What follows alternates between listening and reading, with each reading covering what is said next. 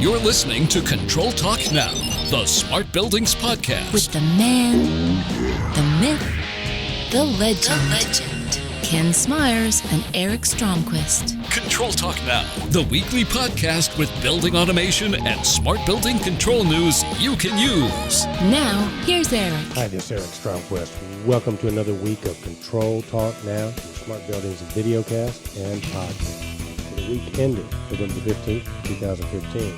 Got a great show today, but what would the show be without my co-host, the man, the myth, the legend, the one, the only Kenny Smyers from Pittsburgh, Pennsylvania. Welcome to the show, Big Dog. Thank you very much, Eric. It's a great time to be here. I'm in Atlanta. I'm in Eric's new studio down here, HVC Productions. It's an amazing setup. Wish everybody could see it. I feel the elevation of all this technology and the coaching that Eric has done. We got a heck of a show. We're coming off a big presence from Frost Sullivan. She really kicked us off with some tech updates from Silicon Valley. And we will rise to the occasion with a new studio presence here because we have a fabulous show. We have a great guest. And we're going to be covering continuous coverage of Lynxspringâ Exchange. We're going to go over some great products. We're going to go over some great solutions, a cybersecurity update, and Veterans Day Remembrance. So great show. Well, it's a great show, and yeah, congratulations and thank you to all our veterans, Kenny, doing great stuff. We do have a big show this week. I tell you what, I want to start off talking a little bit about the Control Trends Awards. We're doing something a little bit differently. As you know, Kenny, we've been going through the nomination process for about the last couple of months where people are either writing in or voting or nominating their top 5 or 6 people in each category. And we have a very special announcement on Tuesday night at 8 o'clock Eastern Standard Time. We're going to do something a little bit different. We are actually going to broadcast the finalists in each category. So Kenny and I will be recording that. Kenny's in Atlanta to do that. Unfortunately, our friend Marc Petock couldn't make it for the Tuesday night event. So all you'll have to do is just go to Control Trends Tuesday at 8 o'clock Eastern Standard Time in the evening. You'll see there'll be a box there. You click on it. You'll get to watch it live. And then we'll be doing a repeat broadcast, or we'll rebroadcast it actually Wednesday morning at 7 a.m. So if you miss it Tuesday night, you can pick it up on Wednesday. If you miss both those, Kenny, Thursday, we'll actually just do the post. So you can actually read who the winners were. But it's a very exciting, Kenny. I mean, it's the biggest response we've had yet in terms of people that have nominated and voted. It's phenomenal, huh? Yeah, we're very fortunate. We've experienced exponential growth in the number of people involved, committed to the nomination process, the number of countries involved, getting involved, seeing what's going on. So what's happening is the depth of the whole presentation needs to adjust to accommodate that. We just thank everybody, all the sponsors, all the media sponsors, Ken St. Clair and Automated Buildings, and now all the sponsors are reaching out, touching their networks and really energizing. So we're seeing an incredible influx of responses. So well done. It's a great thing for everybody. It gets you a chance to dust off your social media, your marketing collateral, and itself for a good cause, because you're letting everybody know you're participating and to solicit their support for your products or people or solutions. Yeah, it's exciting, Kenny. Very, very exciting. We're going to be the best Control Trends Awards ever down in Orlando, Florida on Sunday. We'll talk more about that in the show. But Kenny, as you know, we've got a new segment on Control Talk Now, the Smart Building VideoCast and Podcast, which is called Ask a Controls Expert. So, and what basically happens here is every week we get a question. Hopefully you will record it on your smartphone and email the audio file to us, controltrends@gmail.com. But if you can't do that, you could just controltrends@gmail.com with your question, put in the title, Ask a Controls Expert, and we will reach out to the worldwide Control Trends community. We will find an answer to your question. So we're going to start that segment right now, Kenny. Get ready. Here we go. It's time for Ask a Controls Expert. Ken and Eric reach out to the global Control Trends community to get your controls questions answered. Now, here's your controls question of the week. Our question this week was emailed in from a gentleman by the name of Jubbin. Not sure where Jubbin's from, but his question was, hey, you got a building. You got a building automation control system you can control with, or could you use a PLC to control it? So to get an answer to that question, we reached out to Dozier Mills, who has very near and dear to our heart. Dozier is with Stromquist and Company. So without further ado, Doz, can you help Jubbin out? This is Dozier Mills of Stromquist and Company, and thank you for your question. PLCs versus building automation. This has been discussed on many of HVAC forums. And the use of the ladder diagram format is a nice one. But having said that, the PLCs are dominantly used in an industrial system. BAS, which is your building automation system, that would be companies like Honeywell, Johns Controls, and Siemens. Things that we looked at in deciding would be the critical uptime, the speed, the protocols, the cost, and also the contractor's expertise. So if you're having a contractor install that, make sure they do understand the application that they're installing it for you, the cost that's involved, and also the support. But just know that the PLCs, they're great for relays and timers and counters, and again, they are in an industrial application.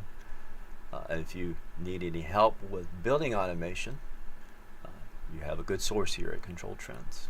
And I thank you for your question. Hey, thanks very much, Dozier Mills from Stromquist and Company. And hey, you know, Kenny, Dozier is a very interesting guy. He is a musician, and he actually has a band, and they're in all different parts of the world, and they actually use streaming software where they actually play and record music together. And your brother Greg Smyers, I think, jams with them from time to time. That's what he told me. He says it's an electronic studio. They're from all over the world: Europe, Georgia, Florida, Pittsburgh, and it must be.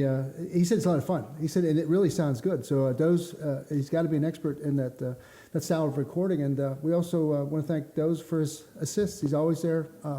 Smart guy. He's got a good background, former Air Force. Yeah, just like you. So thank you, Doz, for your service to the country, as well as Kenny Smyers. And he also gave a nice post we're going to talk about later on, covering the Veterans Day, which was a very important holiday.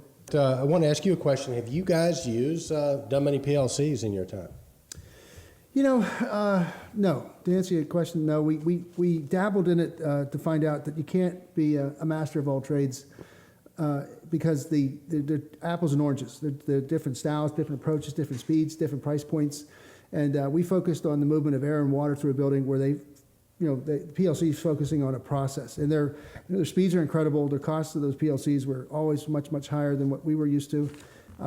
They were always proprietary protocols, and there's some great ones out there. But now we're seeing, and you should probably talk about that a little bit more too, but because the form fit of our controllers are getting so good and the shrinking of the boards, that we can put so much more speed into our, like the Jace 8000 come out to be a good example, would be, that would hold up to an industrial application because it has the horsepower underneath the cover that we didn't have. We didn't need it. We didn't have to get a temperature set point, didn't have to report its change of value every 100th of a second, where a processor where you're controlling some critical, enormous production or manufacture something, you need that real fast speed. We didn't typically need that, but we have it now. So we're seeing people that make Jace 8000 controllers are telling us about people putting those to an industrial or formerly a PLC application. So cool stuff. Yeah, Kenny, what we're finding is, and Jubbin, this is part of your answer too, we're finding that using a PLC in a building automation control system doesn't always work because the PLCs are really designed for the processor. So a lot of relay logic, they program different, they do different things. But what we have found is that using, now, like you said, Kenny, with the advent of building automation controls getting so powerful, we're seeing a lot of those being used in industrial applications. As a matter of fact, one of our good friends, Scott Cochran from Cochran Supply in Detroit, had a very interesting question. One of the big three car manufacturers, the CEO asked a very interesting question. How much does it cost to make a car? And they went through all their industrial protocols, all their PLCs and all that, and nobody could tell them how to do it. It was going to cost hundreds and hundreds and hundreds of thousands of dollars to put the PLC-type technology in place to figure that out. Mm-hmm. They reached out to Scotty, and Scotty was able to use a Niagara Tritium Jace very, very affordably, get him the information he needed, and that has led to, at least in the auto industry, Niagara being Cool. the way to go, and as opposed to the very expensive DSC type systems on the industrial side. So, Jebin, I think again, using the building automation controls to control industrial processes is more of a trend than the other way around. But great question. We really do appreciate it. Thank you. So, Kenny, tell us a little about the show this week, buddy. Well, Eric, like I said, we've got to fill the shoes of last week's show. We didn't have to go too far. We continue the coverage of the Lynxspringâ Exchange 2015, and we have 3 great interviews. And you're going to go over the first couple. And we also have a demonstration of a new product that came out from DG Logics. But we kind of take these kind of in order, but they'll all kind of feather in together. The first one, again, was an extension of coverage for the Lynxspringâ Exchange, but this was a very important one because this involves the CEO and co-founder Terry Swope, and he's just an all-around good guy. I mean, he's an all-American at everything. He plays blues guitar. He's very brilliant with the contracting industry. He went from being a contractor into the OEM world, and now Lynxspringâ is probably one of the fastest growing companies in our world, in our building management world. We just see them coming out with one success after another. Of course, Marc Petock had a lot to do with that, but you were there. Why don't you tell us a little bit about Terry Swope and kind of the stage he set with his opening remarks? Yeah, Kenny, I tell you what, I did have the privilege of interviewing Terry Swope, the president, CEO, and co-founder of Lynxspringâ. And I tell you what, I love this guy, man. He is cool. Among other things, he's kind of like a Greg Allman doppelganger, much better looking version than Greg Allman from the Allman Brothers, plays blues guitar. But I like the way he rolls, Kenny, man. He's just one of these guys that's straight up, a lot of integrity. So it was interesting. I got a chance to sort of, we're sort of on this theme now, if you think about it. We talked to Lars von der Hagen from Belimo, and then talking to Terry. It seems like behind every great company, there's a great philosophy. And I think, Terry, as you can hear in the interview, attributes a lot of his success to a gentleman by the name of Zig Ziglar, who was a motivational speaker. And sort of at the crux of Terry's philosophy, and I think his company's philosophy, is if you help people get what they want, enough people get what they want, they will help you get what you want. Sure. So they roll with a lot of integrity. They make great products. Obviously, we're big buddies with Marc Petock, who is their vice president of marketing, but just a really class group of people. They do great products, great deliveries. So it was good to get to spend some time with Terry. Awesome. When I think of this collaboration efforts and the building of an ecosystem, I'm really hip on that now. I think those are the trends we're seeing where, in order to get to some place down the road in the future, you have to work on it now, and the fastest way to get downstream is collaboration. They also came out with the E2E. Why don't you tell us a little bit about the E2E, the enterprise to end device? Well, I think that what they're really playing at is a lot of other people that are really getting into the edge. So if you look at Lynxspringâ and some of the acquisitions they made, from everything from Connex Energy, where they're actually controlling the supply, to their Jenny and their Jace, where they're actually controlling the demand or the usage, to pushing things out to the edge, where they put more power on the edge. A lot of people are doing different aspects of that, but I think what makes Lynxspringâ a bit unique, Kenny, is I think they're like a one-stop shop, if you will. They sort of have it all under one roof. But yeah, they're pushing out. They've got their Onyx product, which they come out with, which allows them to communicate with different protocols and different devices right there at the edge. So we hear a lot more about that, Kenny. I think that might be a bit premature, but maybe game changer might be something that we might be calling that in the not too distant future. Well, they keep working towards that. The future is now, and they really key up to that and play that out well. And they got a great staff too, great technical support, great marketing. So well done, Lynxspringâ Exchange. But we'll be coming back to you here shortly. So we're going to move on to our next post because this is also a very interesting post in itself because it's just the tip of the iceberg. And this is the Jace 8000, an in-depth look. Don't miss the next Tritium talk. I think we got to kind of back up a little bit and go back to our summit coverage in Las Vegas, where we worked pretty much under the umbrella and hand in hand at certain times with Jenny Graves. And they talked about this formidable, this prodigious effort that they were going to take the Niagara AX into the Niagara 4. And they got a CEO that really was capable of doing that and providing that leadership, Nina DeCosmo. And so we're now seeing the fruits of those labors, 2 years in the making at least, a whole new concept marketing-wise, a new website, a new Niagara Central, new sign-on procedures, And I'll tell you, once you put an effort into it, you really start getting some good results out of that. Also, to recognize the hard work of Scott Boehm and Ed Merwin. That's a hell of a team of Salesforce.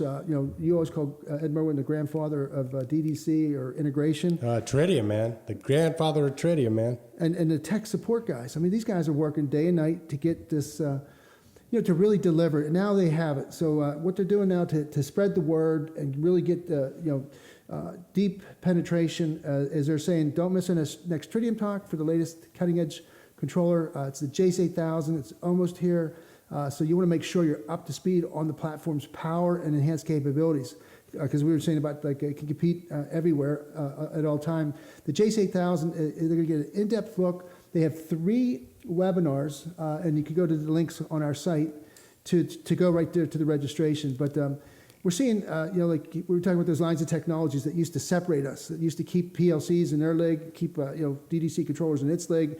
We're seeing now that the users and the ability of technology to refine itself, it's going to see, we're seeing the JACE 8000 is going to play an incredible role in the future of all things, processes, smart cities, the white space, data centers. I mean, this controller is ready for big game.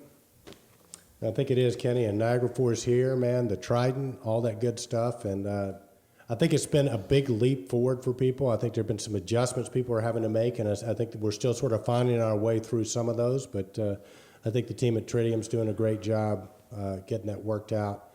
We had Vern Peterson was in doing a Niagara Falls training class for us, for our integrators last week or the week before in Atlanta. And yeah, it's like any major revision or update. You just got to work through some things, but I think it's going to be so worth the effort when it's all said and done. Yeah, and again, they're moving forward. You can't move backward with technology, and you got to stay abreast of the latest technologies that's on the peripheries. It was like one of the things that we heard down there at the summit. John Sublett said, "You got to keep moving forward. Look at Windows coming out, Windows 10 now. It's never going to go back to Windows XP. I mean, that's ridiculous. So you don't want to be stranded as in an island of technology that because it was a sweet spot, you refuse to make upgrades, you refuse to do this. Then all of a sudden, you've just trapped yourself and your organization into an antiquated or unsupported or sunsetted set of hardware, software. So make an effort. It's going to be worth your while, and they're doing everything they can to streamline it. So some of the benefits I know from being a distributor is that once you get used to the ordering templates, once you order, it's going to make more sense because you're not going to have so many different items. They're all going to be. It's going to be compact. It's going to give you suggestions. They've got a great library on the Vicon library.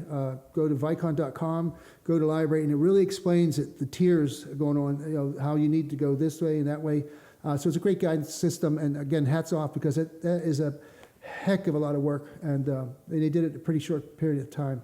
Yeah, he did a great job. Well, what do we have up next, Kenny? Well, this is another fruits of the Lynxspringâ Exchange endeavors. This is a report that was presented. It was a benefit to all the people that were at the Lynxspringâ Exchange, but it's the Frost Sullivan report, Cybersecurity in Smart Buildings. Inaction is not an option anymore. And it's about a 20-page central document, 42 pages altogether, but it is a cybersecurity seminal document, very similar to what Fred Gordy has done. It's written by Klann, and she's a principal consultant of energy and environment at Frost & Sullivan, and she takes a History Channel look at the whole story of cybersecurity. She details the origins of the vulnerabilities to the present and rather disparaging status we're in right now. And cybersecurity attacks, they seem so distant from our doorstep, but they pose real serious threats and challenges to us as building purveyors, a term where anything in the building market, everybody's responsible. Like Marc Petock always says, it's everybody's responsibility. It's not just the IT guy. It's not just the integrators guy. It's everybody's responsibility. So it's a very, very important document that they gave to the public at large. And they're saying that you can't hide behind obscurity anymore. You can't be naive to this anymore. And the C-level people, they're responsible. They have a responsibility to protect the brand, to protect the personal files and records, their customers' files and records. So, and the insurance company now have become the sledgehammer. Cyber insurance premiums are absolutely surging.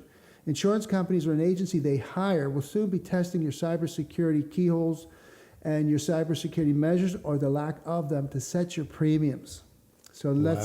Wow. Well, I think we have a stock tip right there, Kenny. I think investing in companies that sell cybersecurity insurance. I think that might be a good. I am not a financial advisor by any way stretch of the imagination. Let me rephrase it. I'm not saying go buy cybersecurity stock.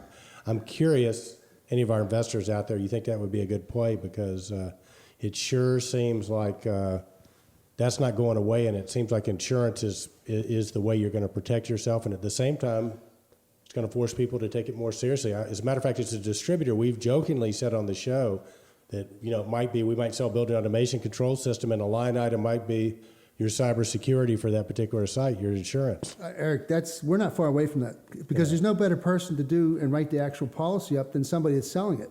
For instance, back in the gas valve days, we had one bad situation after another where you would buy a gas valve from any of the manufacturers, and it had a $4.89 insurance policy for that exact gas valve. Every single gas valve was insured because of the risk, the liability, and they just had to do it. There had to be some way to deal with those incredible payouts. Insurance companies they've got actuaries like my daughter Stephanie that they've got to postulate worst case scenarios and reverse that number back into a transactional cost. And so it's not a question of if, it's a question of when. And the hard part to do it, and I'm guilty of it myself, is you don't know if you got enough energy at the end of the day to deal with another crisis, or another issue.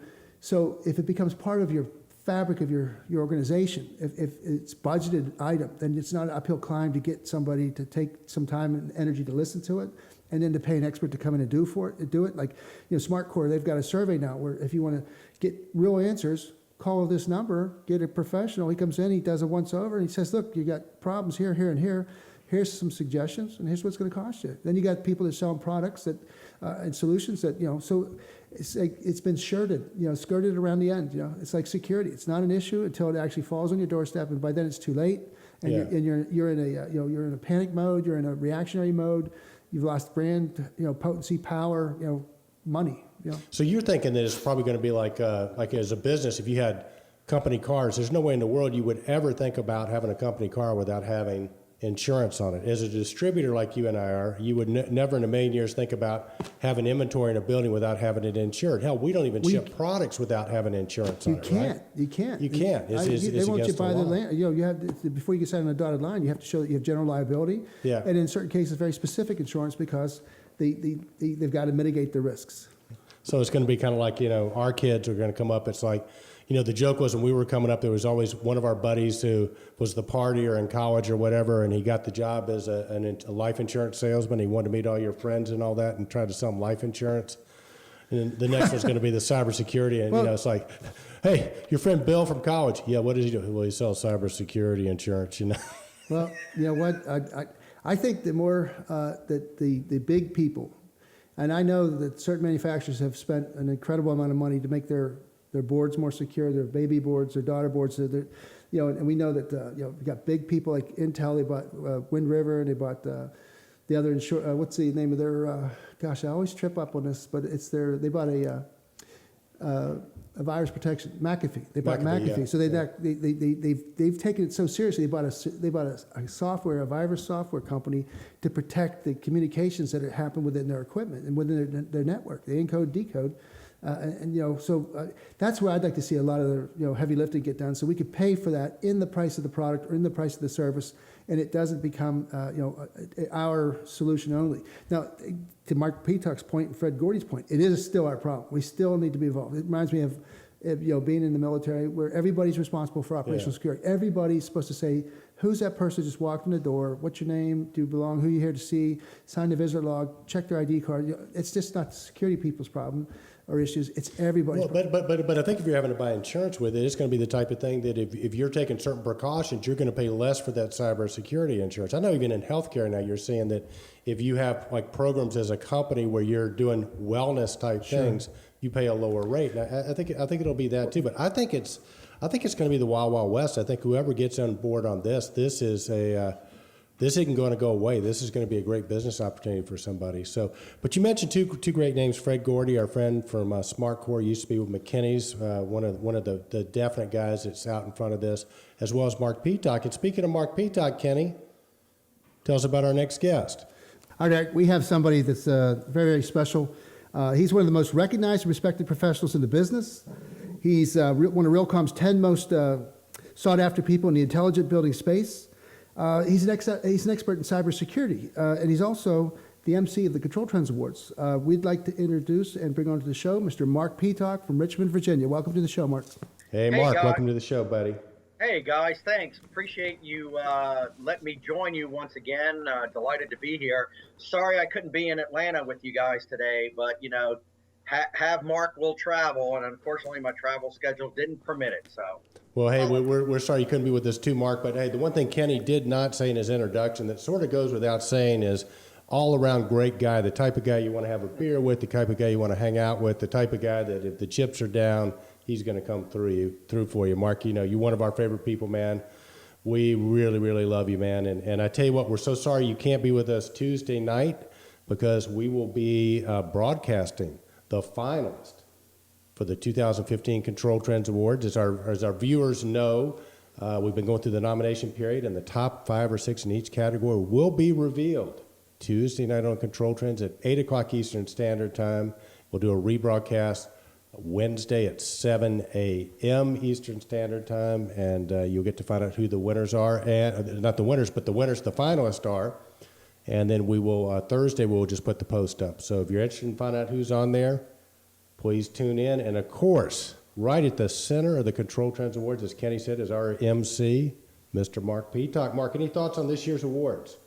Well, first of all, you know, when you just said, you know, we're going to be unveiling the finalists, and I'm going, this is our 4th one, and I'm finding that hard to believe. For some reason, that's just setting into my mind that, you know, this is the 4th time, which is fabulous, fantastic. And, you know, we've done this in Dallas, New York, Chicago, Orlando, and I just can't believe it. And, you know, I was saying this to my wife the other day. I said, you know, I think it's time we get a tour bus. And so that, you know, we can go from city to city to do the Control Trend Awards. That we definitely need that tour bus, you know. So I think it's going to be a very exciting show. We've got a lot of things planned and some that we're still planning. So definitely will continue to be surprises and stuff like that. But I encourage everybody listening and those who aren't, bring your friends, bring your family. You know, come join us at the Control Trend Awards this year. It'll definitely be an interesting venue for sure.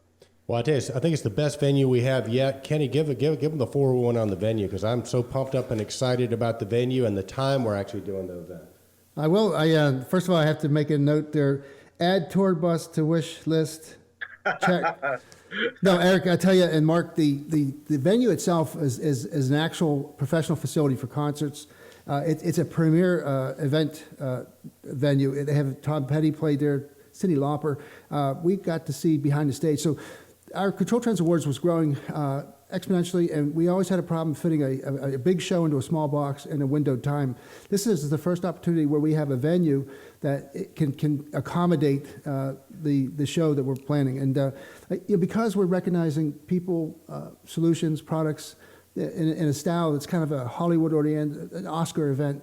We got the red carpet. We've got, you know, a bigger-than-life show. It's going to be a sit-down banquet dinner. So if you're a vendor and you're coming to the show for whatever reason, come to the Control Trends Awards because you won't have to take your clients somewhere else or your customers. Bring them, take care of the tickets, bring them to the show. We'll host it for you. There'll be a complete dinner, banquet dinner. The drinks and all the libations are available from 6:30 to 9:30. We avoided the conflicts the best we could with the scheduling so that we're not having people crash into their AHR setups and whatever. So normally on Sunday you come in, the vendors are very busy working hard at the HR show setup, and then they normally have to take their customers out to dinner, so it's a long night. Well, we thought we could kill 2 birds with 1 stone. Bring your customers to the Control Trends Awards, enjoy a fabulous venue, a fabulous show, professional people, and a location, and a first-class dinner. It'll be rocking and rolling, man. Absolutely. And again, you know, the fact that it is at the Hard Rock, and, you know, I made a joke about the tour bus. You know, if we look at our industry, you know, and what you guys coined several years ago, when I think it was at the first time that the Control Trend Awards was announced, you know, our industry is full of rock stars. So this venue is definitely appropriate for a lot of the nominees and for all of those that, are just part of this tremendous industry that we have globally here. Completely agree, Mark. And, again, we all compete like hell all during the year. So this is the opportunity. We come together, we put our swords down, we celebrate each other, we celebrate ourselves. Kenny and I and yourself, it's the time we get to walk the red carpet. It's our night in the sun because we think that controls people are the coolest people on the planet, and we think everybody else should believe that too. So it is going to be fabulous this year. And Mark, shifting gears real quick, speak a bit if you would, because one of my favorite awards is the Petock Award, which is named after you, and you picked the winner of that award. Speak a bit about that and the criteria and what you sort of look for from the Petock Award. Well, there's a couple criteria, but the real main one is, there's a couple, I should say. There's passion for the industry, that you get up each and every day and you can't wait to be part of the industry each and every day, and have a good spirit about yourself and the industry, your fellow colleagues in the industry, no matter if they're your fellow associates or they're competitors or whatnot, because we're all in this together. And then finally, one of the big components of the Petock Award is heart. And I'm reminded of a story or a movie, and when I say heart, is many of you, one of my favorite movies is called The Replacements, with Gene Hackman and Keanu Reeves. And, there's a line in there where they're talking to each other, and Keanu Reeves is kind of feeling down a little bit and whatnot. So Gene Hackman, as the coach, turns over to him and says, well, if you want to win, you got to have heart. It takes heart to win. Takes heart to play this game. So that's a lot of like the Petock Award, and that we give people and we recognize people who have that heart in our industry. Well, and Kenny and I named the award, created the award, and named it after you, Mark, because what a lot of people might not know, if it wasn't for you, the Control Trends Awards might never have really taken off. You reached out to us early. We didn't even know you, or we knew of you, but not know you, and you gave us a call. You said, hey, I think what you guys is doing is great. How can I help? And I think that's kind of at the heart of the Petock Award. That's what stuck with Kenny and myself. And so, again, we really appreciate you and all you do. And I think it's very fitting that you sort of pass that on, play it forward, so to speak. Yeah, thanks. Appreciate it. So let me ask you guys this, I'm going to turn the tides on you guys. And instead of you interviewing me, I'm going to interview you a little bit about the Control Trend Awards. So, as we said earlier, this is our fourth year doing this. And each and every year it gets bigger and better and whatnot. And, one of the things that I have seen, and I want you guys to comment on, is that the Control Trend Awards and the ControlTrends.org site and whatnot is truly global. Tell me a little bit about what's been going on globally and why you think such a good global audience now is all part of this. Well, thanks for the opportunity to, I don't say boast, but we're very, very proud of how Control Trends has grown. ControlTrends.org and Control Trends Awards.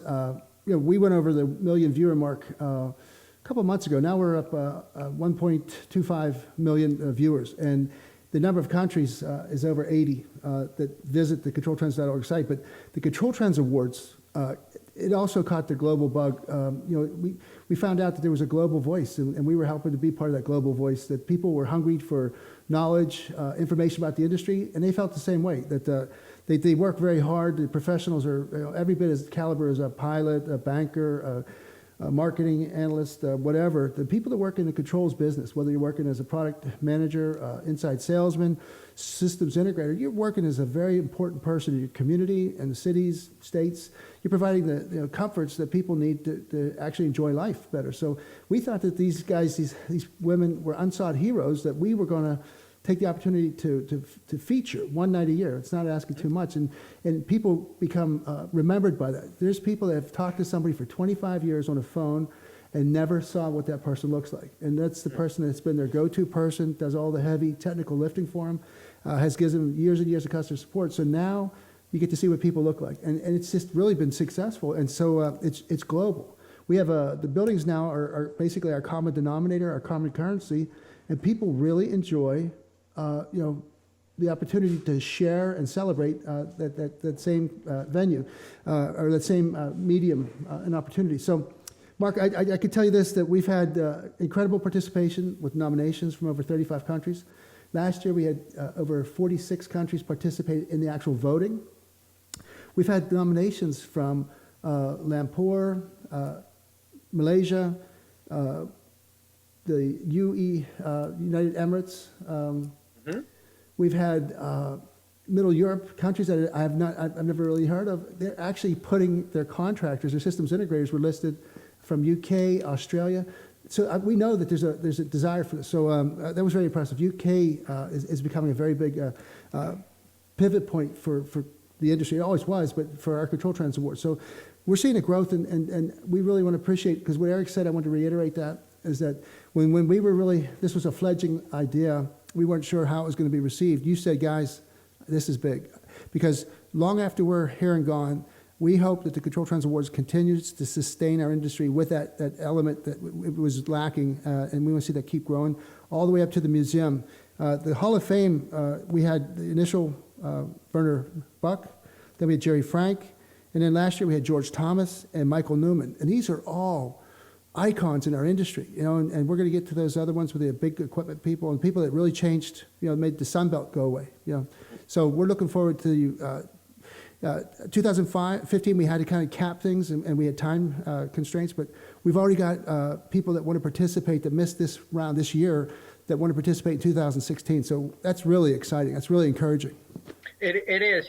One thing what you just said, Kenny, which I really liked what you said, is that buildings are a common currency, if you will, no matter if you're in Paris, you're in Toronto, or you're in Hong Kong or Dubai, it really doesn't matter.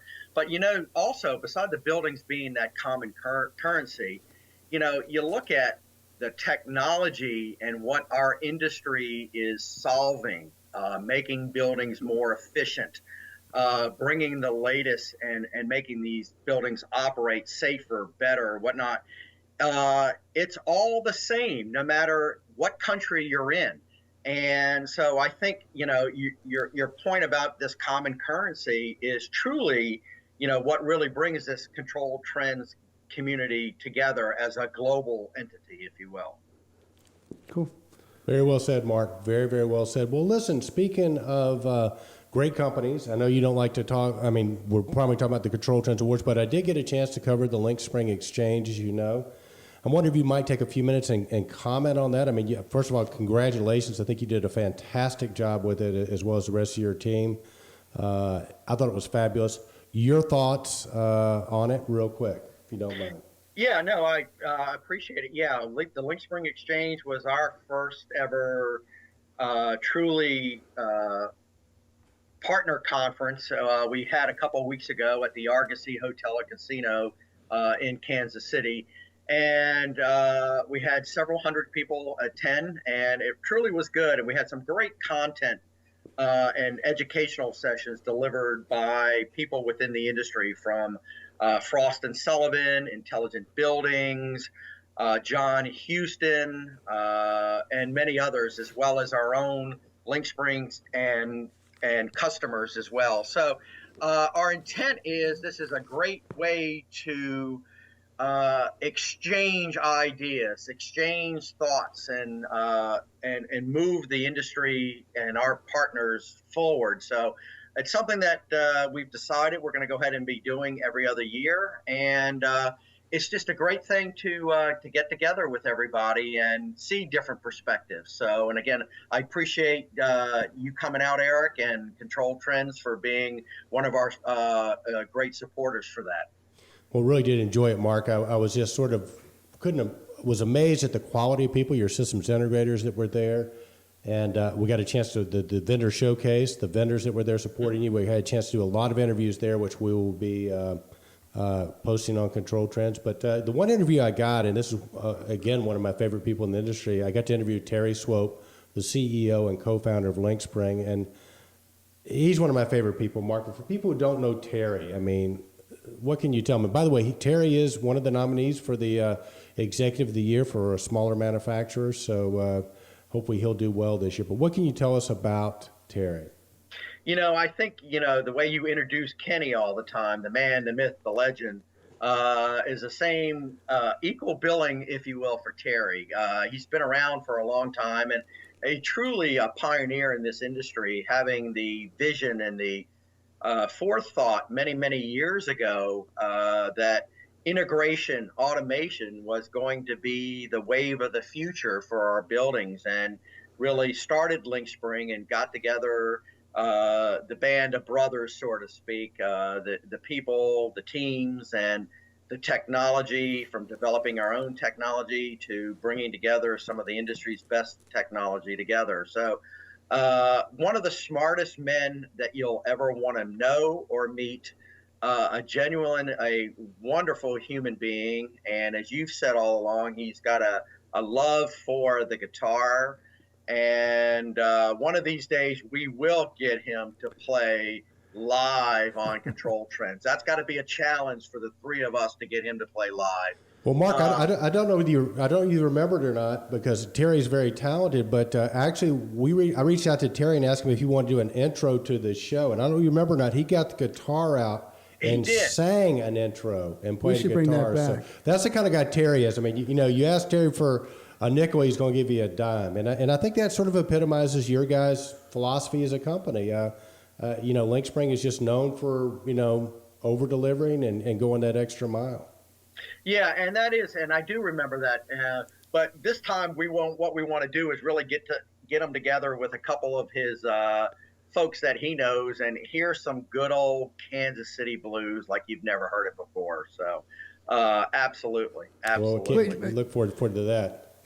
Cycling back to the Lynxspring Exchange, Mark, I unfortunately couldn't make it, but Eric did a great job covering it. But I was following you guys every day in the posts. But you introduced a couple of things I thought were very, very important, and you covered the subject of cybersecurity. So if you would, please answer the cybersecurity. How important was it received well? You had some experts there, but did you make any inroads? Did people leave there feeling compelled to get involved in cybersecurity?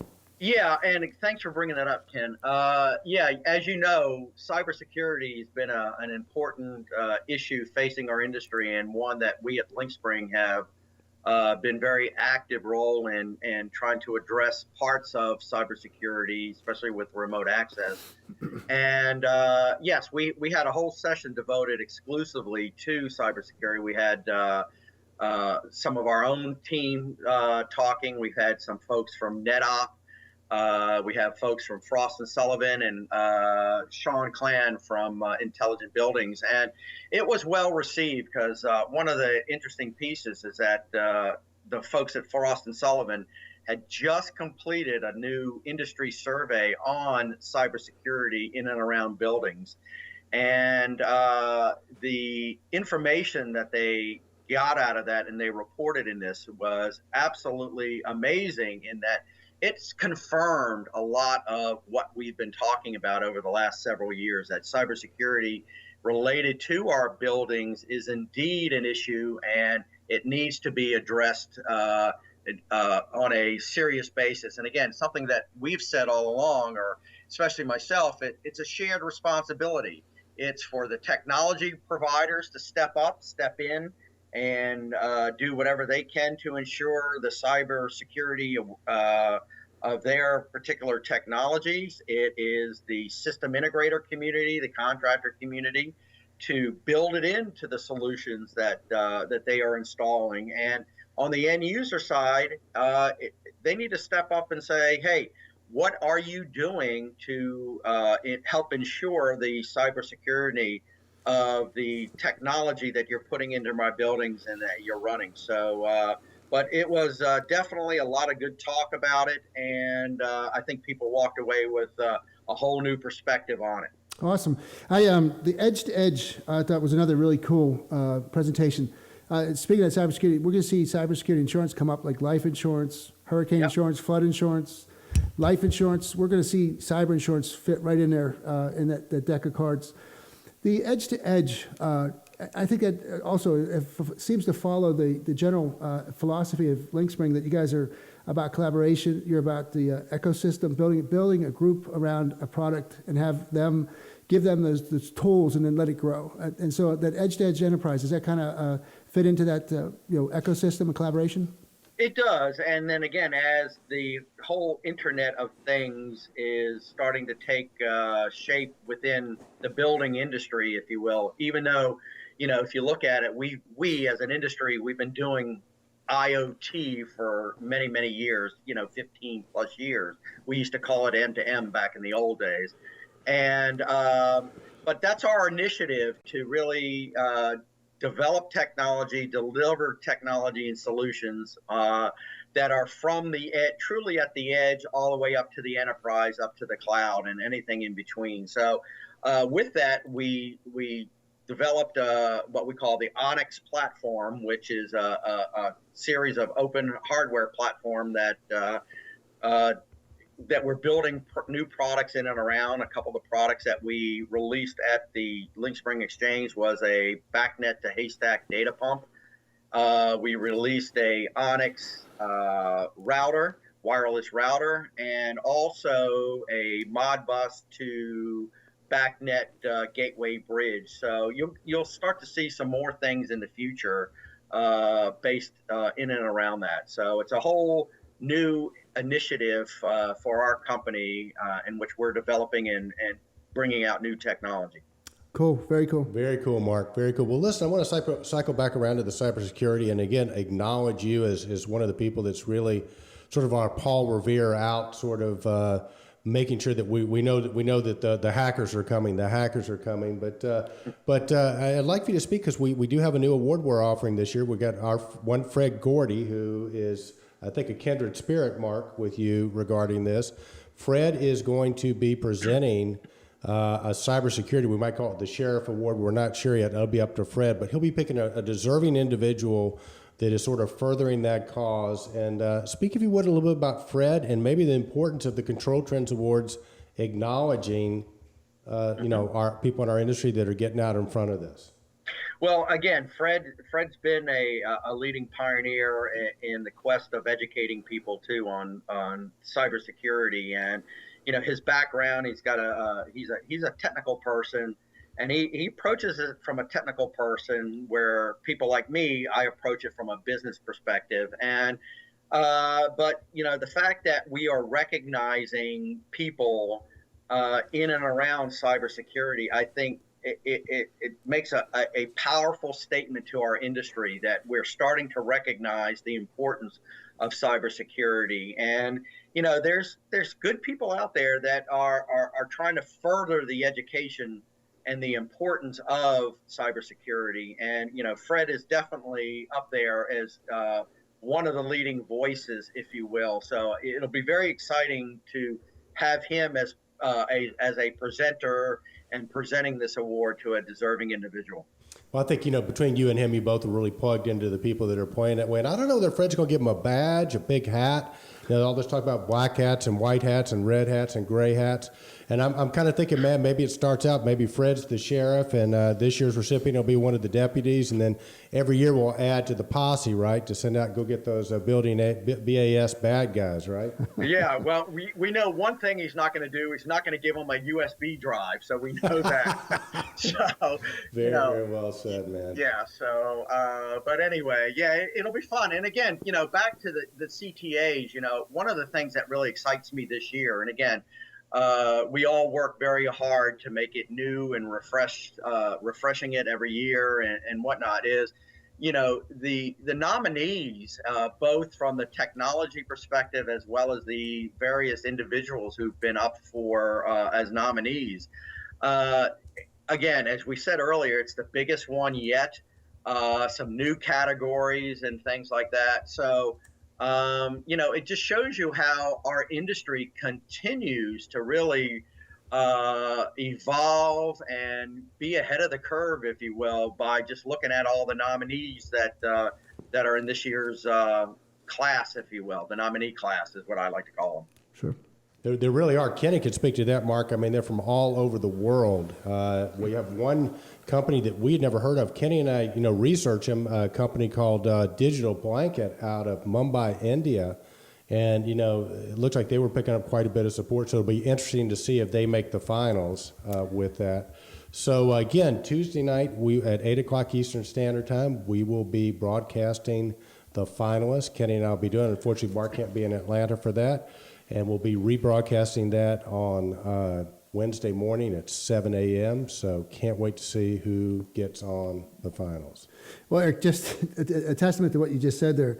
And I almost felt sheepish about trying to attempt some of these pronunciations. But we've had Velger Deporte from Sharjah, UAE. We had several firms from UK, Punjab, Pakistan, Medina, Saudi Arabia, Australia. I mean, we're talking 36 countries, and these people are very proud of the work they do, and they're celebrating with us. This is very serious. These guys, they're seeing what we're doing here, and these companies are seeing what we're doing here, and they too have a voice, and they want us to pay attention to what they're doing. So you're right. I was overwhelmed with how many people voted from outside the North America, to include Mexico. I mean, Mexico always participates. Canada always participates, and of course North America. And England's big, Germany's big, but these other countries are growing from, like Mark said, with the common currency. So it all makes sense, and hopefully we can receive these guys in Orlando. Yeah. So we can look at the Control Trend Awards as the United Nations for the industry, where a common language is being spoken, which is the Control Trend Awards. There you go. I love it. I like it too, Mark. And listen, another new category we have this year is the Building Automation Integrator of the Year, Control Trends Building Automation Integrator of the Year. And I tell you what, we probably had 150 systems integrators that showed up on that nomination ballot. Kenny and I basically started out with a blank ballot. So these were added from the Control Trends community.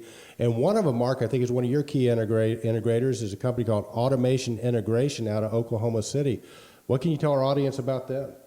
Yeah, they're one of those types of groups out there that they truly bring a vast wealth of knowledge, both on the building side, on the IT side, the physical security side, the cybersecurity side, and their client base are some of the most challenging and demanding ones out there. And they truly have a group of individuals at that organization that are passionate about the industry, know the technology, and really bring a whole new level of service and understanding to meet the individual challenges of each and every client. So, well, good deal. Well, listen, Mark, we're going to start to wrap it up here, but I want to hit a serious note here real quick, okay, before we sign off. Good news for you. One Kimberly Brown from Cochran Supply has agreed to be your co-host again. And for our listeners who might not know, Mark, being the suave individual he is, he needs a beautiful co-host. And I think Kimberly did an outstanding job last year. You're a hard guy to keep up with, and I thought she did a good job with that. Yeah, I'm really excited to have her be my co-host again. And it's always nice, too, to also have some other presenters that we'll be calling upon to present some of the awards as well. So just having a collaborative, we talked about collaboration, having a collaborative effort, if you will, in participating in this. It'll be fun. It'll be fun. The best show yet. Our guest, Marc Petock, Lynxspringâ.com. You can see Mark along with the rest of the superstars of the HVAC and building automation controls industry in Orlando, Florida at the 2015 Control Trends Awards. Mark, thank you so much for taking a few minutes to speak with us. Hey, guys, thanks a Mark. lot, and look forward to seeing everyone in Orlando. Awesome. All right, man. It's so great to hear from Mark. Man, it's going to be a great show, Kenny. I just can't wait for that. What about you? Really, I'm excited. We're in the middle of November, but it feels like it's right down the road. I cannot wait. I'm excited. Yeah. Genuinely. Because I think it's a big event. I love to see exciting events take place and to know what we have planned and to know who's going to be there. I already know it's going to be a good event. So it's going to be fantastic, brother. Fantastic. All right, Kenny, what do we have up next? We're going to shift back to Dozier Mills, and he's also a very well-rounded guy. He's a musician. He's good at tech support for Stromquist because I've talked to him. But he also has a penchant to keep us all focused on important things. And he put a post up that has two important components to it. One, that Veterans Day is an opportunity to say to somebody that's serving now or served in the past, to tell them thank you for the service they rendered or they render right now. And Veterans Day is the day you do that. You honor and remember those who served in the Armed Force Services. But the neat thing he put out was that there's a special note that the green light beacon located at New York on 417 Fifth Avenue will be on view during the Veterans Day parade, but it's supposed to be really cool looking. And that leads us into the unique thing that they're doing with green lights. If you feel inclined, warm a veteran's heart, change one of the lights that you used to be green in a visible location on your porch, your home, or at your office, and keep it glowing every day as a gesture of your appreciation and support for our veterans. But what's really cool about this post is he puts a picture underneath it of this stud from 1942 that the Navy used as one of their poster boards. And you wouldn't be surprised to find out that that's Dozier's father. That's Dozier's dad. Yeah. How cool is that? Well, that's cool, and so that's why he, in particular, he loves the opportunity to say thanks and to recognize his father for his the services he rendered way back when. Well, and you too, Kenny. Again, thank you for your service in the Air Force, and Doge, yours as well. And I think we got several veterans that work with us, and what would we be without our veterans, man? I tell you, and our troops. So. Alrighty, moving on to the next post, and this is one of our favorite guys too. I belong to that ACIâ Cheesehead League, and I love it. The NASCAR pool and the NFL pool. I did really well, and I did lousy, and I did really well. But I look forward to every week, and thank you, ACIâ. I think it's part of ACI's engaging aspect. It's certainly coined into it has to be integrated into, I think, the version of social media. Just getting people engaged. Everybody's professional. Everybody knows each other.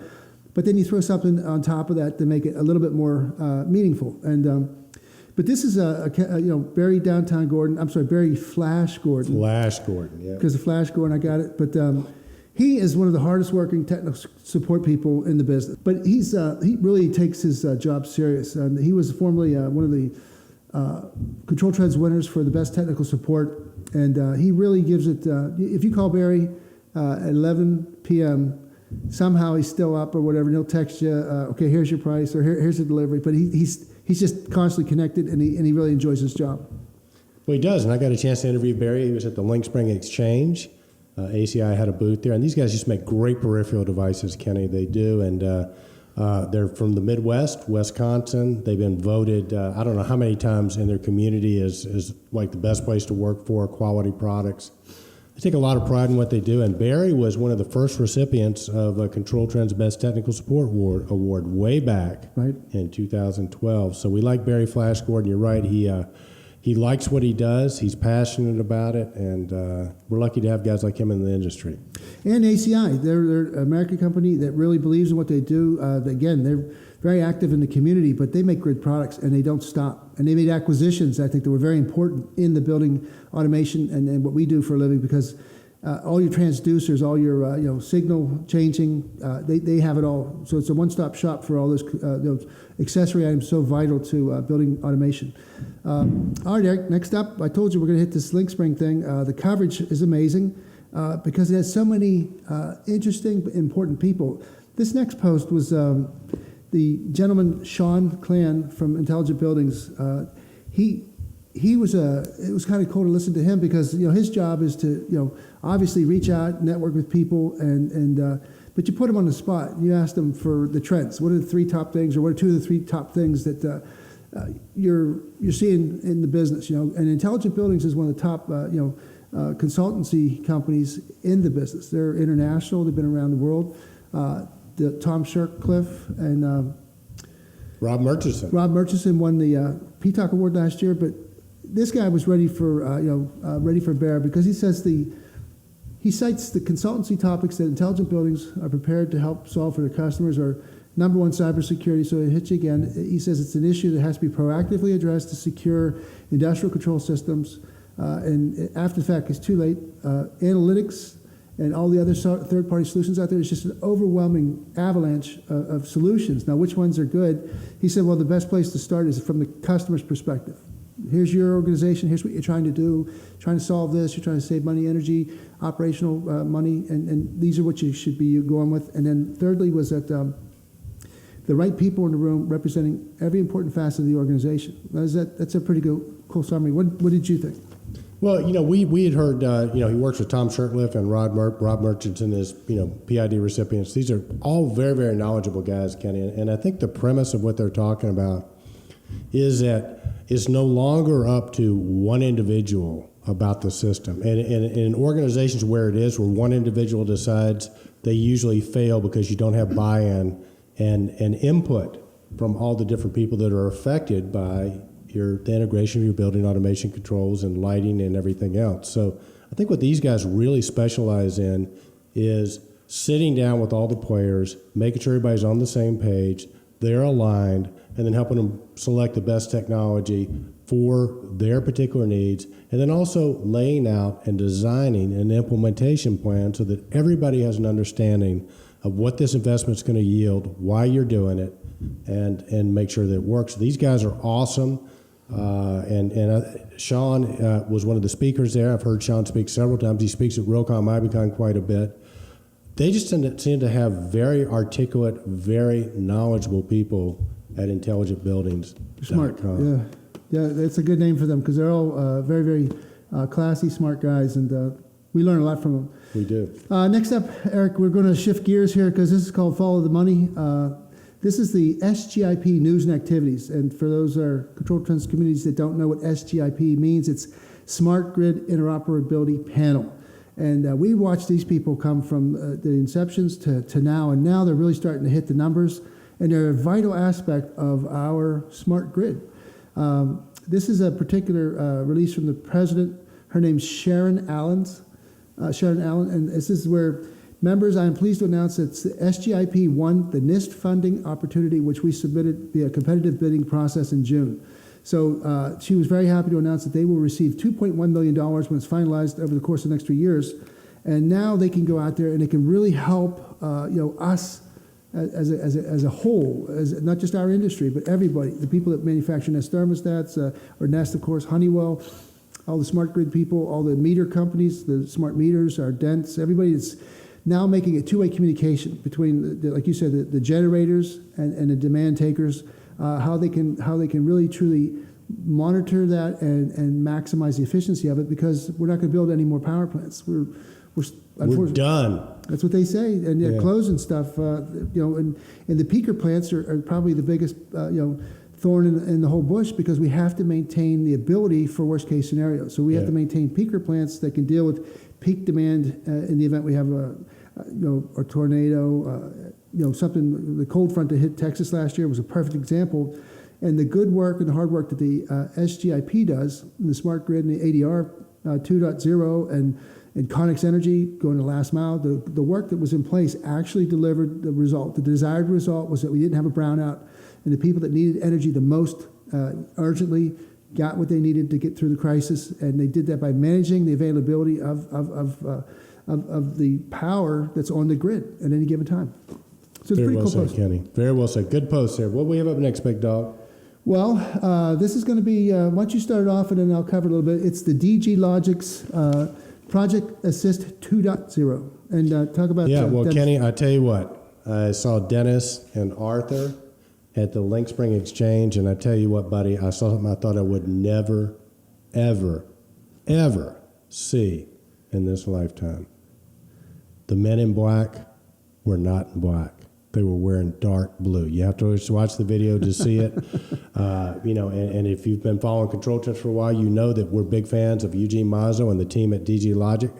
And partially because of their style, man. They always wear the cool black suits. They look cool. They make cool products. They talk cool. They were wearing dark blue, buddy.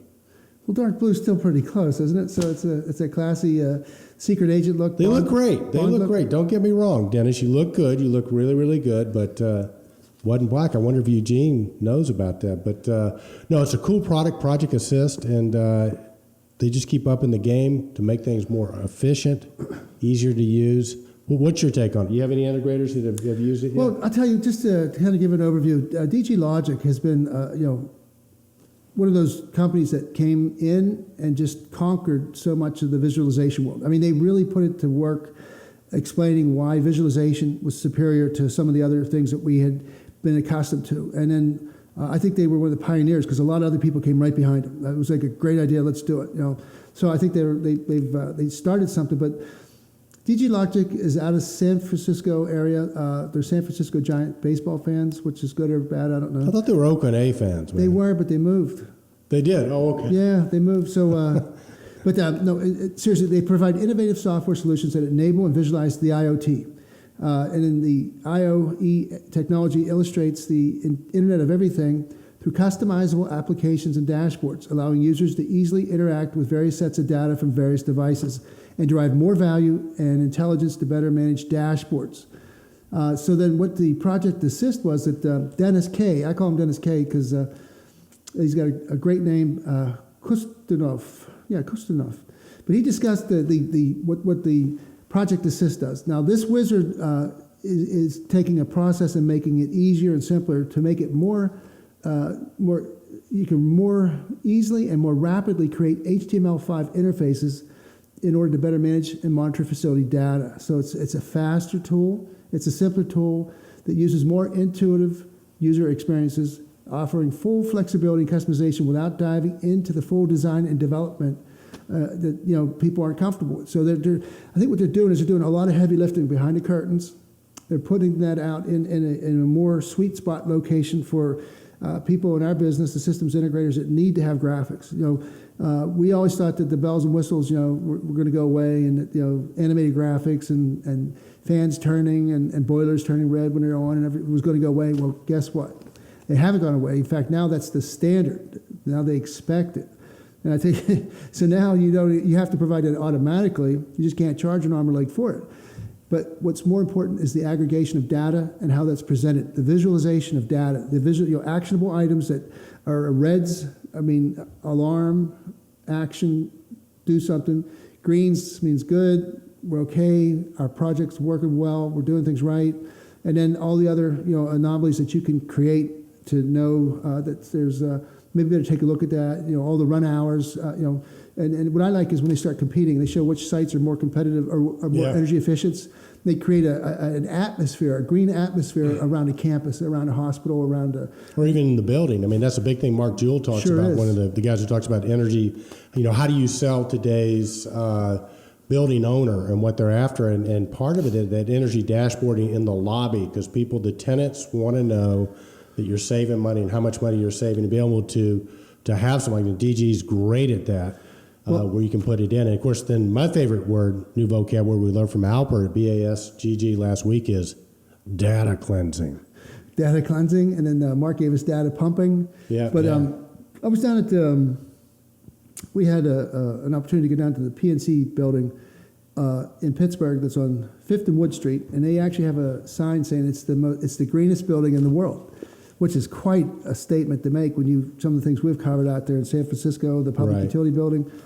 But they have a dashboard it's a 4D dashboard. It's not a dashboard where you read words on a billboard. It is a suspended piece of artwork that reacts to lighting, but it shows the water savings. They get a lot of water from the rain, and it takes care of all their brown water application, whatever. I'm sorry, not brown water, but the water you don't drink, non-potable. So they use it for the plumbing. They use it for watering flowers. So they're lessening the demand of water, and then all the energy that they derive on site from solar, wind, and so. But it's printed. It's on this streaming board around a circular It's an artistic rendition of a green screen, and I had to get the. You could give them your license, and they'll give you a smart pad, and then you can actually sit there, and it gives you the itemized areas of what they've saved, what they've done, what kind of energy saving mode they're in right now, where the sun is, and how they have louvers that open and close and direct light, so that you use less interior lighting. I mean, it's off the chain. It's amazing. It is too cool. But I tell you what, it's becoming a major part of your brand. Right. And I think the CEOs are really getting on board with the fact that you better have sustainability a plan, and it better be visible, and it better be part of your brand because nobody wants to deal with an energy hog. Well, Pittsburgh's very proud of the PNC tower, I believe it's called, and it's a platinum LEEDs, and it's something to behold. It's pretty special.